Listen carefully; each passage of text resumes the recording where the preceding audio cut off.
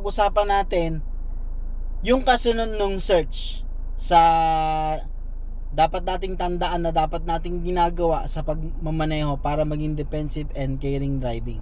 Hapon pinag-usapan natin yung isa sa dapat nating magawa para tayo maging caring or defensive driver. Yung pagsa-search natin sa unahan, sa nakikita, search the scene, road ahead. Ngayon isunod natin ito, yung identify.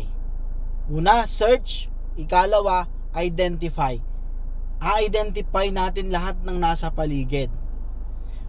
Kung nagmomotor ka, mahalaga yung lubak, may humps, may haharang, may hihinto, merong nasa unahan, merong warning signs, merong prohibitive signs na magbabawal na pwestuhan yun or pasukan yung isang kalye, or meron traffic light na paparating.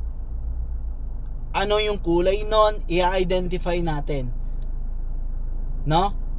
Yun yung pangalawa na dapat natin magawa. Una, search the scene, road ahead, and then identify. Yun yung habang nagsisearch tayo, ina-identify natin yung mga nakikita natin.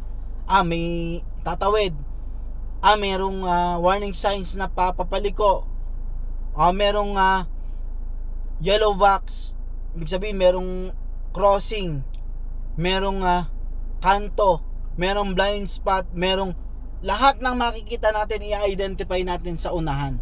Pangalawa yan sa dapat natin magawa. Una, search and then identify yung mga nakikita natin. Halaga yon, magawa natin mag-identify para maging caring or defensive driving tayo.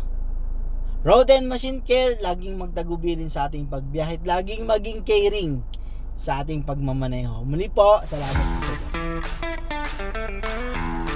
Mga nyo bukas yung predict, no? Search, identify, and predict. Bukas pag-uusapan natin yan. Salamat po sa Diyos.